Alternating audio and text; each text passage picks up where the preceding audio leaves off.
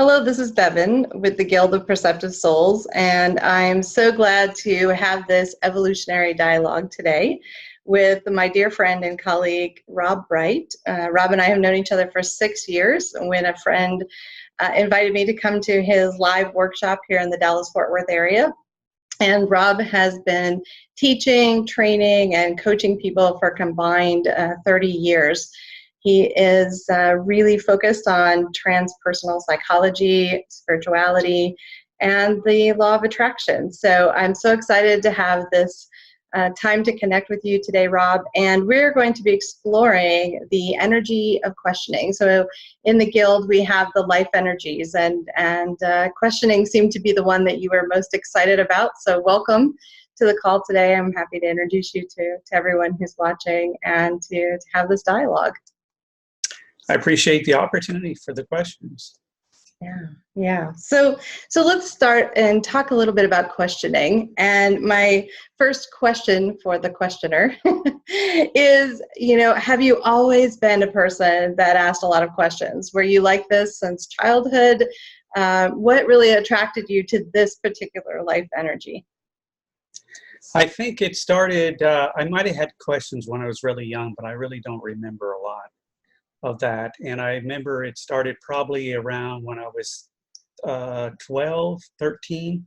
Has to do with things that when you get your own point of view and you like things to be a certain way, then you start questioning things. And early on in the beginning, it was more not so much questioning, but kind of pushing against or trying for my own independence. And so I started kind of getting into debunking or proving things wrong. So they would be questions with alternative motives, maybe. And then, what really changed my life, I think, is when I had a transformational experience when I was 18. And during that time, I was asking, I had several things that were going wrong in my life, and I was praying and not working and got laid off and different negative things. And I was asking questions like, why am I here? And all those kind of things and the higher truths. It wasn't the little stuff, but it was the bigger stuff that I was really interested in. And things started as I was having this experience that lasted for months, which was really transformational for me. And that's where the transformational coaching came from me, is my own experience. And as I was asking questions, as I was in the peak of this experience, I started getting these incredible answers that were beyond my knowledge at the time. At the time, I had left high school halfway through, and I had problems. I struggled with dyslexia. So the part of the desire for questions for me is the challenges I was going through at that time and being interested in the big questions. And also my brain really started to work a lot better as I got older. And there was a lot of things that I had not studied, and things just started coming to me. And so one of the things I really like about questions is that it allows me to, and I think for others too, to tap into a higher consciousness. And so that's been a lifelong thing for me, is to ask questions, and because I always like figuring things out and seeing things in a different way. Yeah, that's such an amazing story. So like during this time when you were having this peak experience, what was the most profound question that you asked? And if you don't mind sharing, what answer did you receive to that? Well, one thing I wanted to go back just a little bit is that what I realized that in hindsight, especially for me, and I think for a lot of people, unless you ask, there's a part of us or something, a higher consciousness, another part of the brain or spirituality, whatever way you prefer to see it. And it's when we ask, there's this that comes through us too.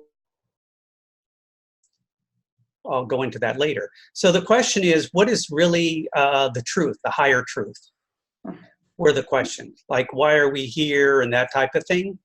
And during that time, simultaneously, I had my perspective on things really raised and expanded. And so I saw that there was many different perspectives and they all had their value, but none of them, and this is part of the answer, there's not that truth, because I was really into what is the truth, is subjective. And that one of the answers that I've gotten over the years, and this gets into the concept of sometimes we ask questions ahead of their time, it seems like, in hindsight, because the answers kept coming to me, not just them. So the idea is that each person, what came to me at that time was that God was outside of me. And during that time, God was seeing through me, or higher consciousness, spirit. So that was one of the answers. It came through a direct personal experience and knowing. And that different points of view have different values for people at different times. Mm-hmm. So that's been an ongoing thing for me, but that's part of what I got at that time. The other thing was I wanted to be happier in life, and I realized with an absolute knowing that I could change my way I looked at things. I mean, that was happening automatically, and I would have a different experience. Mm-hmm. So that came through an experiential, what the answers came through. Yeah. Yeah. And I like what you're talking about here, where, a lot of people who are more tuned in or are having these kind of awakenings can kind of sense something coming in advance. And so we're asking, but we're just not sure when we're going to be ready to hear the answers, to be able to incorporate those into our lives. So it's good to do the asking and then to just keep working through that process is what I hear you saying. Yeah, it could be put aside temporarily. One of the questions I had, well, this is one of the big questions that came out later, is there are so many things that came to me as I asked about different things that I thought, what am I here for? Because I always was under the belief system that we're evolving and we're learning to be more spiritual. And one of the answers came to me is that we're already spiritual, and we all are. And we have access to this higher knowledge. And I was asking the question, why am I here? I kind of had, a little bit after that, a little bit of hindsight was, beam me up, or in Quantum Leap, it talked about, the guy would finish his mission, right? And then he would leap into a different body. And then I realized, so one of the big answers I got over time is that we're spirit, which I kind of knew it makes sense, is that we're spiritual beings learning to be better humans, or within our humanness. And that is really an ongoing journey for all of us. And that's where questions are so powerful, because it's when we ask questions, we're in a receptive mode more, and I'm always learning. Mm-hmm. And that's like an expansion, and that's something I enjoy. Mm-hmm. Yeah, I mean, I've heard you in your workshops talk about, having this kind of transformational experience very early on. You were a young man, and then, thinking, okay, I have all this knowledge, like, what am I here for? And then you went on to have, careers and relationships and other things where you actually had to learn how to apply that in your life, and that can be kind of the funny part for us. It's like, oh, I know about the oneness. I know about my place. Yes, right. But now what do I do with it? And how that was the oneness of being so connected to everything. Yes, It's like, okay, but the thing is, it's like, okay, how do I pull this off? And early in my life, I lived kind of isolated.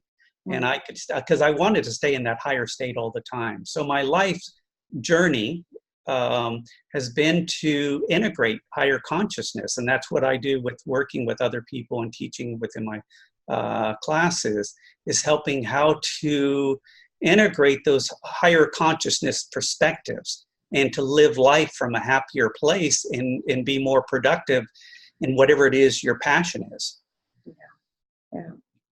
Yeah, I wanted to go back to something you were talking about, is how do you get yourself into a receptive mode?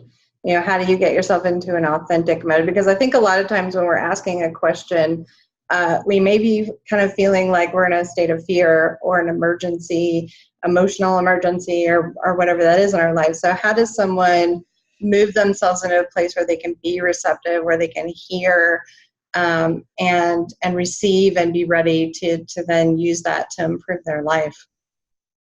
So I think one of the first things is to realize the question and the answer are two different places, and energetically. And so a lot of times we're asking questions from a reactive place, and we're not in a place of really hearing. So what I do personally is I don't engage from that energy so much.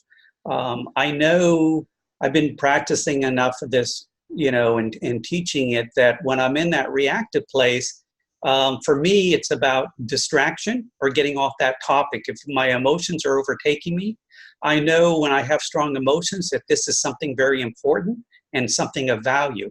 But I also know that when I'm coming from a place of fear or some anger, or I start coming up with these rules I need to come up with so this doesn't happen again, especially in a relationship. And if it's coming out of that urgency, I know enough that I'm not really in the receptive mode.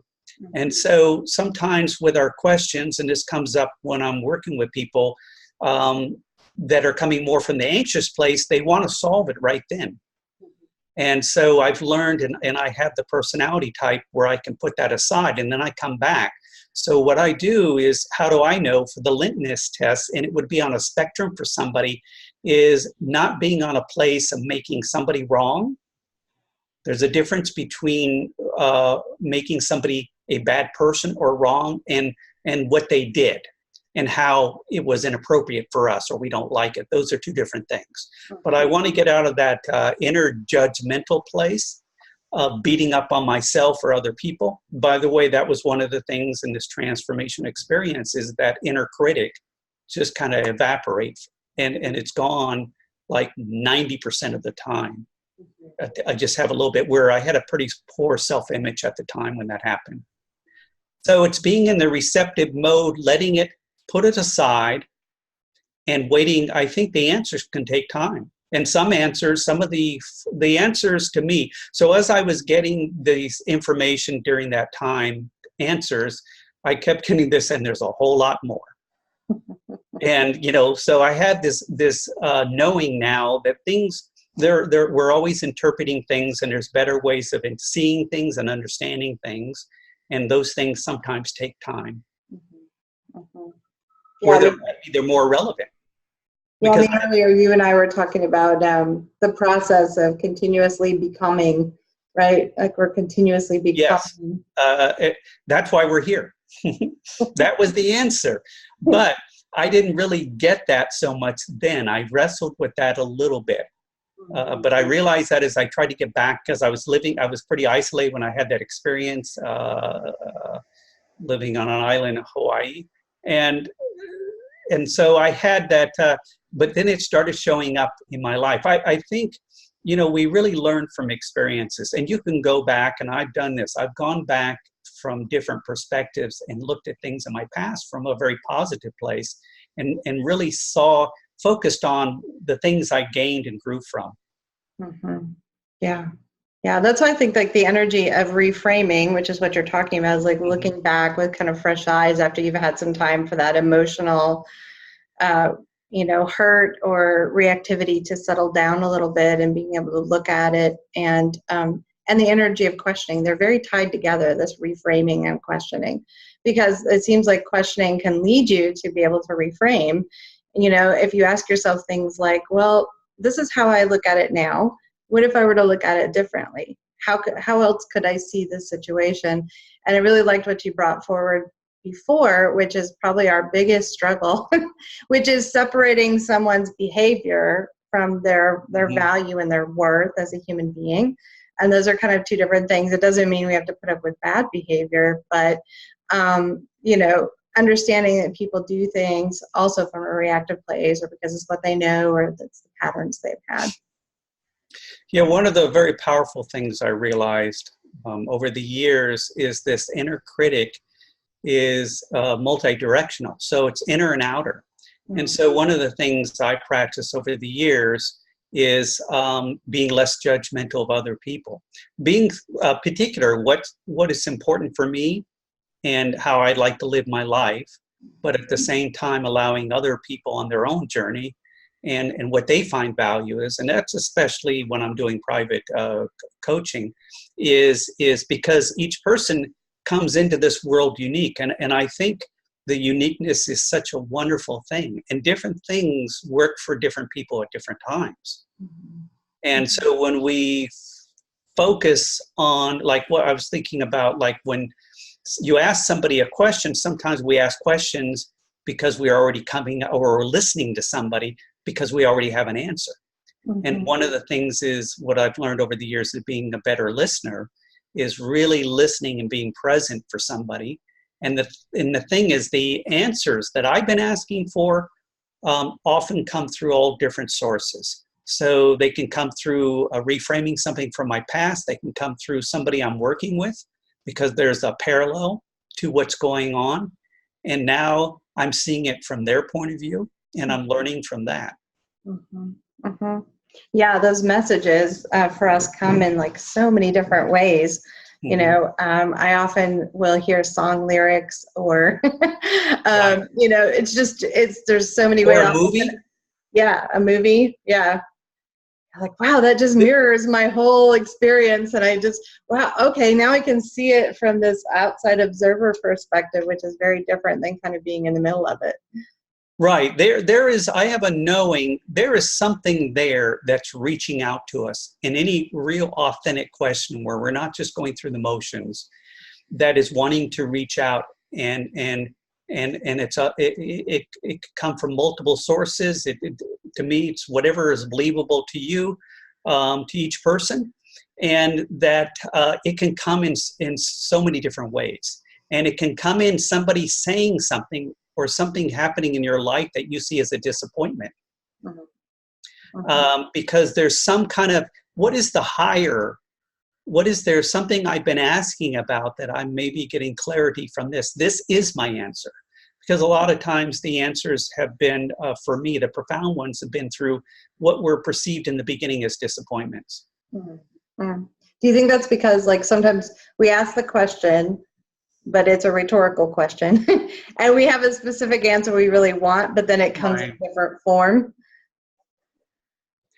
Yes, I think that's a good point. So one of the things that I've studied, been interested in most of my life after I had that experience, because it changed my life so much, and my life has been an ongoing journey. But the thing is that, why is it so hard for people to change? Mm-hmm. And there's certain things that we keep doing. And part of it is going through the emotions, that being a searcher, there's so many people that read so many books, go to workshops, so many coaching sessions. And there's a part of us that's not maybe being authentic in those questions. Mm-hmm. And so we're going through the motions. And so it's about really listening and being open to what those things are. And what I found in my life is that people have a fear of that. But in my own experience, these things always were uplifting, all these answers. When you get out of that judgmental of beating up on yourself, and you're open to that idea that we are all a work in progress, that was one of the biggest things that changed in my experience, is that I'm a work in progress, and it's okay, you know, and we all are, and we're not here about being perfect. And it's through our things that are rough edges, is where, if you come from a place of joy and adventure and learning new things, that life is so fulfilling. Mm. As we transcend those things and we polish those rough edges. Yeah. And, you know, sometimes we don't like to look at the rough edges. I mean, we know they're there, or sometimes we have a blind spot and we don't really know that they're there. It's easy to see other people's rough edges because we kind of, you know, grind up. We're really good at seeing in other people. Right. But it's a little harder sometimes to see our own until we get in those moments where we're triggered. And then it kind of brings that forward, and it's very uncomfortable. But I think what I hear you saying is, like, yes, it's uncomfortable to make those changes. But then what happens is there's always something much better than the state that you were in before on the other side, if you're willing to. It's never been anything worse. So it's the fear of not knowing, and there's a part of our mind, I think, that blocks it. And so you don't want to go there. You want the truth. You can't handle the truth. Well, if you're coming from a higher, that's the whole ego reactive part, the defensive part. Mhm. And one of the things that I teach is developing compassion and understanding for self and others. And so one of the ways to practice being compassionate about yourself and understanding about yourself is practicing that on other people, Mhm. about how you see other people, because it's two sides of the same coin. Mhm. So you can work on being more compassionate and accepting of yourself, or you can focus on accepting somebody else. Now, that doesn't mean you may have compassion and understanding for somebody, but still get a divorce. Mhm. I'm not talking about, you might get clarity about what's a better relationship for both of you. What I'm saying is not holding a grudge so much against yourself or others, Right. and being able to take the value from that disappointment to transform your life for the better, Mhm. make better choices, be more open to better answers, better paths. Mhm. Yeah. Absolutely, absolutely. So, you know, for anyone who's watching this recording, you know, what would be your kind of parting advice? How can they use the energy of questioning to improve their lives? What are some concrete steps or things that they could do right away to step into that space and be comfortable with asking those questions and getting themselves receptive to receive the answers? I would suggest to widen, when you ask questions, to be open to possibilities. And so when you talk about when you talk about a job or a relationship and you're maybe fixated on a particular outcome, is that I'm wanting to have something. It looks like it's this job or this relationship, but I want to be I want to understand what is my higher good, and what is it on my side that maybe that is an opportunity for me to grow in some ways where that thing matches up better. And so it's about being a little bit more general in some ways. You can be specific too, but being open.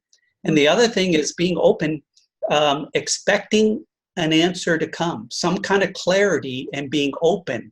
And so when somebody's talking or saying something to you, to say, wait a minute, maybe that relates to me too, Mhm. because there is something. Once you realize it, there is something that is wanting to answer, but we're just not in the state to hear it. Yeah. Yeah. um, a lot of times, especially from our relatives, people that we're close to. And I've learned things, I look back at things that I was told by relatives and things like that. Mhm. And it's now I say, yeah, but I didn't, there was a little bit of judgment that came with it, or parental type energy. And I used to resist that. So Mhm. it's just saying, oh, yeah, I don't have to buy into that energy, but that person, what they said, actually matches me Mhm. in Mhm. some ways. Yeah, because when you talked about that sort of flowing through you, everybody has that flowing through them, whether they're conscious of it or Yes. not. They have that greater connection to that wisdom, that higher knowledge. And so people will say things and they don't even realize that they're actually delivering a message. Somebody will say something to me that I think it's specifically for me. Right. And why did they say it that way? Why did they use that word? So that gets back to the thing why I like questions, is that when people ask me questions, especially when I'm doing coaching or teaching, I feel like the floodgates kind of open up. Stuff starts coming to me. Yeah. And so there's energy. This is one way we help other people, is by asking empowering questions to other people, because we're all each other's teachers, in some ways at different times. So when you ask somebody a question in a certain way, it's and you're just in that place, and it just kind of comes through to you, or it can come through to them as a coach as you are. Mm-hmm. Yeah, yeah. So yeah, I think that openness and just being willing to consider other possibilities and viewpoints that you haven't stepped into yet, or people being able to see, like I said, the areas of yourself that you can't put a spotlight on, and just being open to that. And even if you are a little emotionally triggered in the moment, just give yourself that time. And don't beat yourself up for it. Right. Right. But give yourself a little bit of time, like you were saying, just to come down from that experience. It may be a TV show that comes on a couple days later, a song you hear on the radio. Right. And you Right. go, that's it. That's part of it. And then, one of the things is to notice these synchronicities, because the more we notice them, the more they tend to appear. And I think they're happening all the time, but then there's a part of us that's looking for it, so we notice them. Yeah. Yeah, one of my favorite videos is by Jim Carrey. It talks about his experience as a painter, and he says, everything in life is talking to me. And I loved that idea. So since then, I've been really determined to be observant all the time. Like, who's saying something, what's showing up, what's a message, and I receive them over and over, multiple times a day, as a result of being in that open space. So, when we're closed down and we just have this particular viewpoint, we can't really receive, even though it's trying to come in. Right. So that's the power of question, is being in that state, being curious and wanting to understand more, because what happens is the things we know in our past, they're true, but there's an expanded truth to it, or different dimensions. And being in that questioning state in a positive way, where you're welcoming those answers, is fun, and that's one of the best ways to keep getting this higher guidance to flow through us and through other people, and recognizing it when it's coming through other people, that is of value for us too. And when you say that questioning is really the law of attraction in action, like you talk about that, the law of attraction in action. So by questioning, you're putting an intention out there that I want to receive something, that I want to know, that I need to know, that to move forward. I mean, is that kind of how you would characterize that? Yeah, and this is the problem with that inauthentic questions, because whatever we focus on with the law of attraction expands, and then it's gonna come up and it's gonna be validated. So, because through our experience and filtering. So the thing is that when you ask a question and you say, why does this keep happening to me, for instance, and you're in a reactive place, typically when it's worded that way, it's a rhetorical question. And then we'll get answers from a limiting perspective. And so that's part of the thing, is about being in a better place when you ask questions, and maybe choosing words differently, or meanings to yourself. Somebody I was working with recently, his thing was to say, if it's not one thing, it's another thing.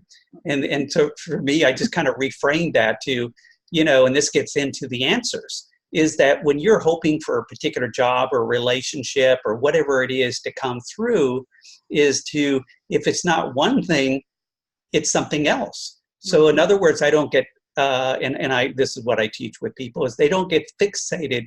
There's different pieces that come into place before what you really want sometimes manifests to where you really see what it is. It's in the processes of coming, and these are components. So we get fixated. Is this it? Is this it? Is this it? And just saying, being open. And the idea that if it's not this, it's something else, something better. Yeah, so if someone was saying, like, why is this happening to me?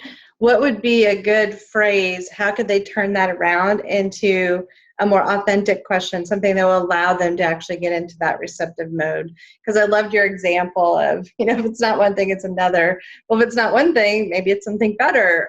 Yes, exactly. So how could they turn that kind of a phrase around? Because I think that's very common for people to have that run through their mind, What I'm thinking, maybe, what is a way that I'd feel better about this situation? Because I think part of it is they're frustrated, is to feel better. Is there a better way I could feel about this situation right now? Or a better thing I could be doing? So the first thing, I think, to be receptive is to be in a better place. And the thing that people are looking for is relief. Is there something I could be doing now that would be better? I want to feel better right now. That's the truth of the matter, right?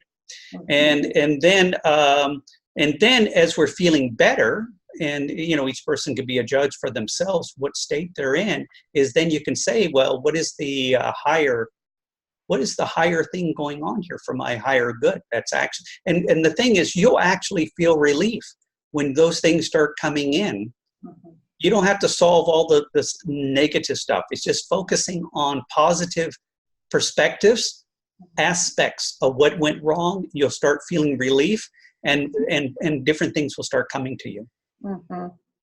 Yeah, yeah, and I've often heard you teach about just pick a small thing instead of trying to reach way up here and go, Yeah, oh, I just something want to that's more automatically believable. have $1 million, or I just Yes, yeah. automatically, you know, It's like, believability. And so sometimes questions people ask or what they say as affirmations are a little bit outside the range of what's believable right now. When they're feeling good, they're good. So there's different types of questions we ask, that are good at different times. Like, well, what is working in my life right now really well? That would be a great question. Yeah. If Yeah. you feel yourself going backwards, then just kind of get off that topic and go to something else. Yeah. Because sometimes in that moment, whatever it is, we tend to focus on being irritated. We circle back to the thing we're irritated about. And so what I've learned working with people and myself is to kind of get off that topic for a little bit, which could be minutes, hours, it could be a day, weeks. Do I really need to solve this right now? Yeah, that's a really empowering question. Is there anything I have to do with this right now? Or can I just like let that be and go do something that brings me a little bit more happiness or peace or joy? Do I really need to send this email? I'll write it. Right. I can write it down. I tell people, write it down. If, there's a part of it that says, you got to write, you got to make sure you say this to this person, and it's like, I say, go ahead, write it down, but wait till you're feeling a little bit better. So you can choose the right time when you're coming from a strong place, authentic place when you communicate that. And then sometimes you decide at that higher place, I don't really need to have that conversation with that person, but I'll make a decision maybe not to have certain conversations with that person. And I'm letting go of trying to convince them of my rightness or their wrong, which indirectly is teaching of convincing them or their wrongness, which never goes very well. Right, or it might even give you some time just to like edit it, and go, well, that was pretty harsh. It was my feelings at the moment. Yeah, so you can say things in a different way, different timing, and Yeah, absolutely, absolutely. So do you have any final words about the energy of questioning? Anything else that you'd like to share with us before we wrap up today? One thing early on for me was listening. Tony Robbins has talks about the power of questions, and that might be something you can look up on YouTube and see, and that might be useful for people too. Yeah, excellent. Because questions direct you into a particular direction. Yeah, they're a action step. And questions by nature are leading questions. You've heard that, leading questions. Well, the questions we have come from a certain perspective and motivation, and that whatever state we're in, they kind of pull us into that direction because we ask those type of questions. And so that's why the idea of being in a better state when we get into specific questions and looking for specific answers. Yeah. Thank you so much for coming on today and sharing. It was a great opportunity. Yeah, sharing your wisdom. Love to have you do this again with us and kind of vibe about different topics that we're so excited about. And for those of you that are watching, we appreciate you joining us for this evolutionary dialogue. We hope you've enjoyed this session. And if you'd like to learn a little bit more about Rob's work, you can go to empoweredliving.com. There's some information about what he does and some background. You can learn about what it was like growing up in Hawaii and having that transformational experience. So we thank everyone who was with us today, and thank you again for coming and being on the show. Thank you. Thank you.